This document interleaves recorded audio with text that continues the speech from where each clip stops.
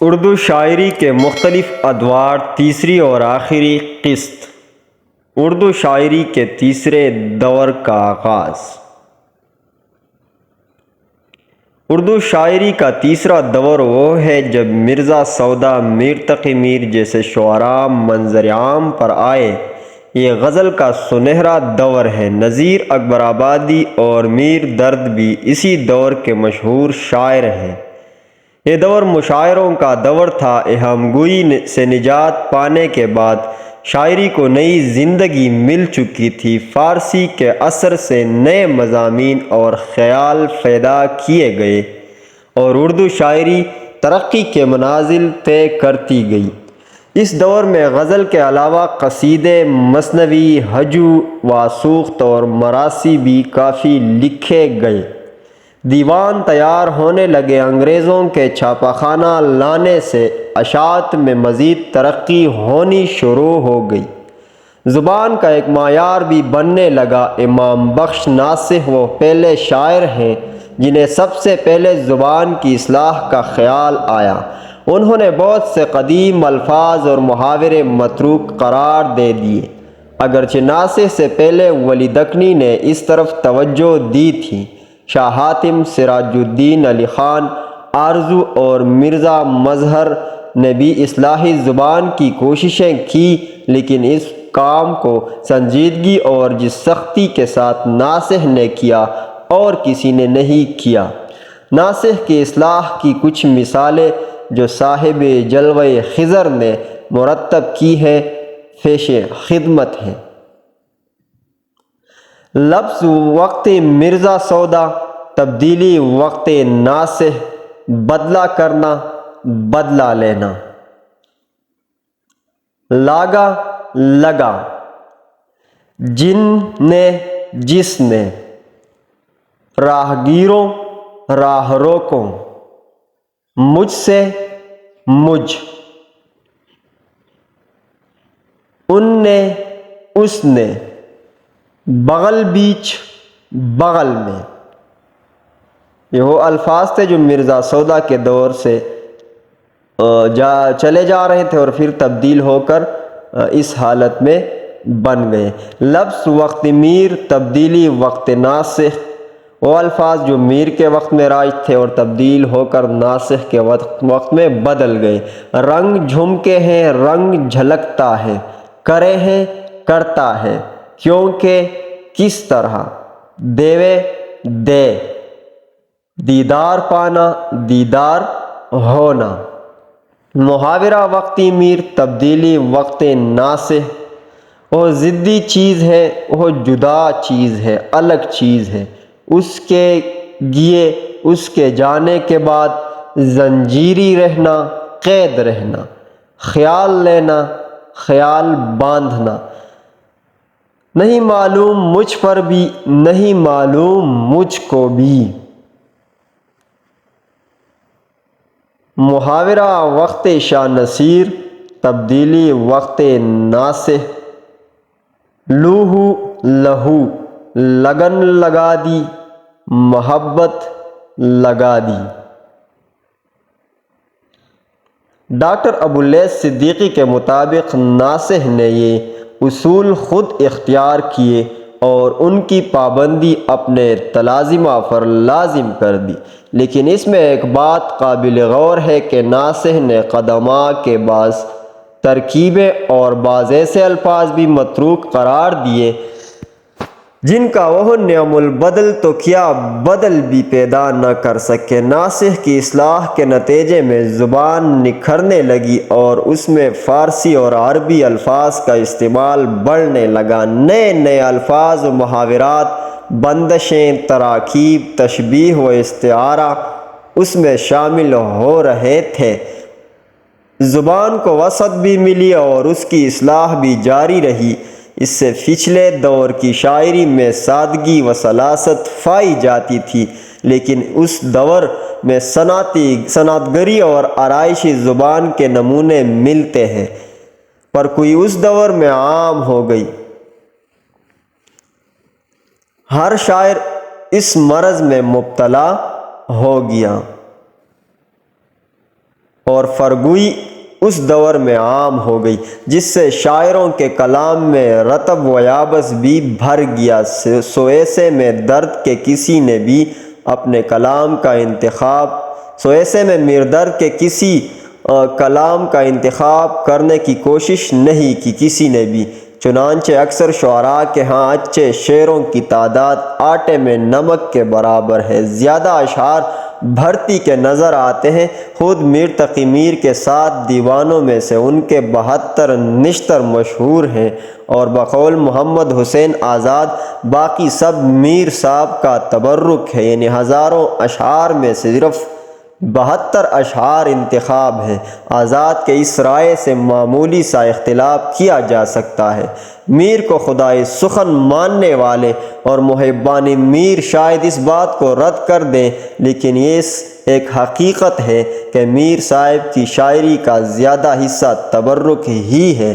جون ایلیا البتہ ایک مختلف رائے رکھتے ہیں، فرماتے ہیں شاعر تو 2 ہیں، میر تقی میر اور میر جون، باقی جو ہیں وہ شام و سحر خیریت سے ہیں۔ میر جس دور میں پیدا ہوئے وہ ایک افراتفری کا دور تھا۔ اورنگزیب عالمگیر کو وفات پائے 16 برس ہو چکے تھے، اور ان 16 برسوں میں بہادر شاہ اول سے لے کر محمد ابراہیم تک 7 بادشاہ بدل چکے تھے۔ ان میں رفیع الدرجات جس کا دور حکومت صرف 9 دن تھا، اور فرخ سیار جنہوں نے 6 سال حکومت کی، اور اب تخت پر محمد شاہ متمکن تھا، جسے عرف عام میں محمد شاہ رنگیلا کہا جاتا ہے۔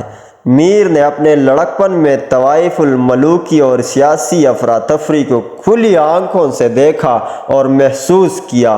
مرہٹوں کی الغار، نادر شاہ کے حملے اور محمد شاہ کی شاہ خرچیاں اور دوسرے ایسے عوامل نے عوام کی زندگی اجیرن بنا دی تھی۔ نادر شاہ ایرانی نے 1739 میں دلی پر حملہ کیا۔ اس وقت میر کی عمر 16 برس تھی۔ میر نے ان حالات کو اپنے اندر رچا لیا، بسا لیا۔ کچھ ان کے ذاتی حالات نے ان کو حساس بنا دیا تھا، چنانچہ بیرونی عوامل کے اثرات ان کی شخصیات پر بہت گہرے اثرات مرتب کرتے چلے گئے۔ یہی وجہ ہے کہ ہمیں ان کی شخصیات میں المیہ عناصر کی بہتات نظر آتی ہے۔ اسی شخصیت سے ان اشعار نے جنم لیا جو آج بھی میر کا نام زندہ رکھے ہوئے ہیں۔ اردو زبان اور دبستانی لکھنؤ کے حوالے سے یہاں ایک بات قابل ذکر ہے کہ سید محمد امین نشاپوری، جو بعد میں نواب سعادت خان برہان الملک بنے اور جنہوں نے سلطنت اودھ کی بنیاد ڈالی، اسی دور کی پیداوار ہے۔ مرزا سودا اس دور کے ایک نمائندہ شاعر ہیں۔ سودا دلی کے رہنے والے تھے۔ شعر و شاعری کا زمانہ تھا، چنانچہ چھوٹی عمر میں ہی شاعری شروع کر دی۔ سودا عمر میں میر سے 10 برس بڑے تھے۔ شاعری میں پہلے سلیمان قلی خان اور پھر شاہ حاتم سے اصلاح لیتے تھے۔ شاہ حاتم کی شاگردی میں تھوڑا وقت گزرا تھا کہ سودا نے شاعری کے میدان میں اپنے استاد کو پیچھے چھوڑ دیا۔ آخری عمر میں دہلی چھوڑ کر فرخ آباد سے ہوتے ہوئے فیض آباد چلے گئے۔ بعد میں لکھنؤ جانے کا اتفاق ہوا اور وہیں وفات پائی۔ مرزا سودا کے کلام میں قصیدے ہیں، مراثی واسوق، قطعات، مثنویاں اور غزلیں ملتی ہیں، لیکن ان کی وجہ شہرت ان کی ہجوئیں ہیں۔ یہ بات شاید کم لوگوں کو معلوم ہو کہ سودا نے فارسی اور اردو کے علاوہ پنجابی میں کلام لکھا ہے۔ خان آرزو کے کہنے پر فارسی کے بجائے اردو کو اختیار کیا۔ شاہ عالمگیر نے کچھ عرصہ کے لیے ان کی شاگردی اختیار کی، لیکن ان سے ایک بات پر خفا ہو گئے اور بار بار بلانے پر بھی پھر کبھی نہ گئے۔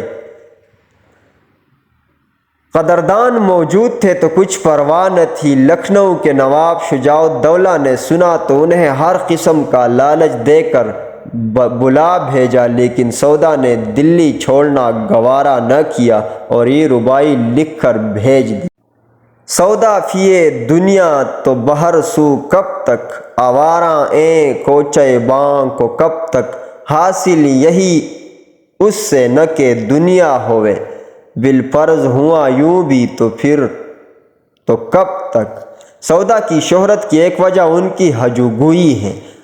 جس کسی سے ناراض ہوتے اس کی ایسی ہجو لکھتے جو چند روز میں سارے شہر میں مشہور ہو جاتی، اور جس کے بارے میں لکھا جاتا وہ منہ چھپاتا پھرتا۔ اس قسم کا ایک بہترین ہجو گو شاعر تھا سودا۔ اس دور کے ایک اور اہم شاعر میر درد ہیں۔ درد کا دیوان مختصر ہے، جس کی وجہ یہ ہے کہ انہوں نے رطب و یابس والے اشعار کو خود اپنے کلام سے خارج کر دیا، جس کے نتیجے میں عمدہ انتخاب بچ گیا۔ جس دور میں اہل عرفہ اور شعراء شعر چھوڑ چھوڑ کر بھاگ رہے تھے، درد نے دہلی چھوڑ کر کہیں جانا گوارا نہیں کیا۔ اپنے زمانے کے حالات کو اپنے اندر رچا کر شاعری تخلیق کی، اور یوں وہ اردو شاعری میں ایک خاص طرز فکر کے بانی اور خاتم قرار پائے، اور ان کا کلام اپنے انداز کا واحد کلام ٹھہرا۔ کچھ اشعار سماعت فرمائیے۔ وائے نادنی کے وقت مرگ یہ ثابت ہوا، خواب تھا جو کچھ کہ دیکھا جو سنا افسانہ تھا۔ ایک اور نام میر سوز کا ہے۔ ان کا نام سید محمد میر تھا اور سوز تخلص۔ پہلے میر تخلص کرتے تھے، لیکن جب میر تقی میر کی شہرت ہوئی تو بدل دیا۔ سادہ اور بے تکلف زبان استعمال کرتے ہیں، اور کہا جاتا ہے کہ اپنی شاعری سناتے ہوئے شعر کے مزاج کے مطابق حرکت بھی کیا کرتے تھے۔ رونے کا ذکر آتا تو رونے لگتے، اور ہنسنے کا ذکر آتا تو ہنسنے لگتے۔ بقول آزاد ان کی زبان عجب میٹھی ہے، ایک نمونہ پیش خدمت ہے۔ میں کس کے ہاتھ لکھ بھیجوں میں صاحب سلام اپنا، میں کس کے ہاتھ لکھ بھیجوں میں صاحب سلام اپنا، مجھے تو بھول جاتا ہے تیرے دھڑکے سے نام اپنا۔ اس دور کے ایک اور شاعر میر حسن ہیں، جو غلام حسین ضاحک کے صاحبزادے ہیں۔ یہ وہی ضاحک ہیں جن کی شان میں مرزا سودا نے اپنی زیادہ تر ہجو گوئی کی۔ دلچسپ بات یہ ہے کہ میر حسن سودا کے شاگرد تھے۔ میر حسن کا نام اب صرف ان کی مثنوی سحر البیان کے حوالے سے جانا جاتا ہے۔ بدقسمتی سے ان کی غزل گوئی اس مثنوی کے پیچھے چھپ گئی ہے۔ محمد حسین آزاد ان کے اشعار کو غزل کے اصول میں گلاب کے پھول بتلاتے ہیں۔ مولانا عبدالحی گلرینا میں غزل میں ان کے مرتبے کو بلند مانتے ہیں، تسلیم کرتے ہیں۔ حضرت موہانی کے خیال میں ان کی زبانی میر تقی میر سودا اور درد کی طرح ہے۔ ان کی زبان میر تقی میر سودا اور درد کی طرح ہے۔ سادگی اور شیرینی وہی ہے جو میر کے کلام کی جان ہے۔ ایک شعر سماعت فرمائیے گا۔ مجھ کو عاشق کہہ کے اس کے روبرو مت کیجیو، دوستوں گر دوست ہو تو یہ کبو مت کیجیو، میں تو یوں ہی تم سے دیوانہ سا بکتا ہوں، کہیں آگے اس کے دوستوں یہ گفتگو مت کیجیو۔ مشہور مرثیہ گو شاعر میر انیس میر حسن کے پوتے ہیں۔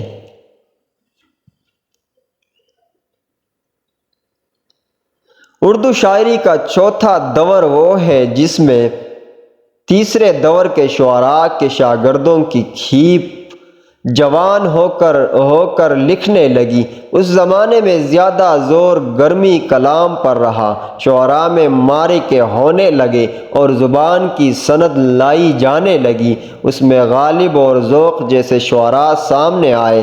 اب سلطنت مغلیہ کا چراغ ٹمٹما رہا تھا۔ دبستانی دلی کے کئی شاعر دلی چھوڑ کر لکھنؤ اور دوسرے شہروں کو چلے گئے اور دبستانی لکھنؤ اپنی انفرادیت بنانے لگا۔ دہلی میں اردو شاعری کے آخری دور میں غالب اور ذوق کے شاگردوں کا زمانہ شامل ہے۔ اس دور سے پہلے شاعری اپنی انتہا کو پہنچ چکی تھی، اس لیے آخری دور میں کوئی نئی چیز نہیں ملتی۔ اس پورے دور میں صرف ایک ہی منفرد شاعر ہے اور وہ ہے مرزا خان داغ۔ حال ہی کی شاعری کو اصلاح پسندی لے ڈوبی۔ اس دور کے بعد نیچرل شاعری کا رواج ہو گیا اور نظم عروج پکڑنے لگی۔ تو پیارے دوستوں، یہ تھی شاعری کی تاریخ پر چند مختصر ویڈیوز اور لیکچر۔ امید ہے کہ آپ سب کو پسند آئی ہوگی، تو اپنی دعاؤں میں یاد رکھیے گا۔ والسلام۔